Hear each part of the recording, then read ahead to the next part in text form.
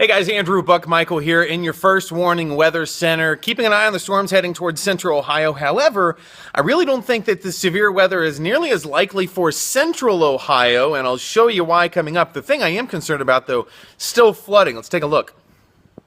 So here's what we've been keeping an eye on the radar. You can obviously see these storms, and they are racing their way closer to Columbus. I'll put this in loop for you. So just in 2 hours, they've been racing closer.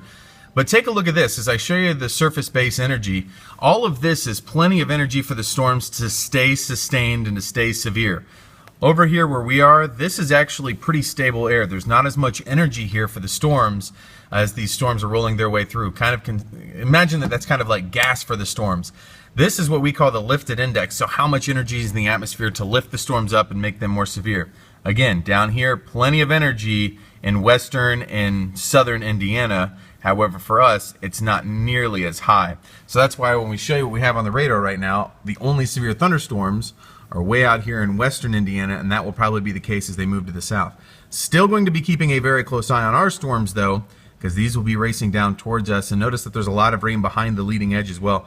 Could deal with, again, flooding just like we had yesterday, but right now, looking at the energy, there's not nearly the amount of energy in the atmosphere for severe weather here as what there is compared out to the west of us.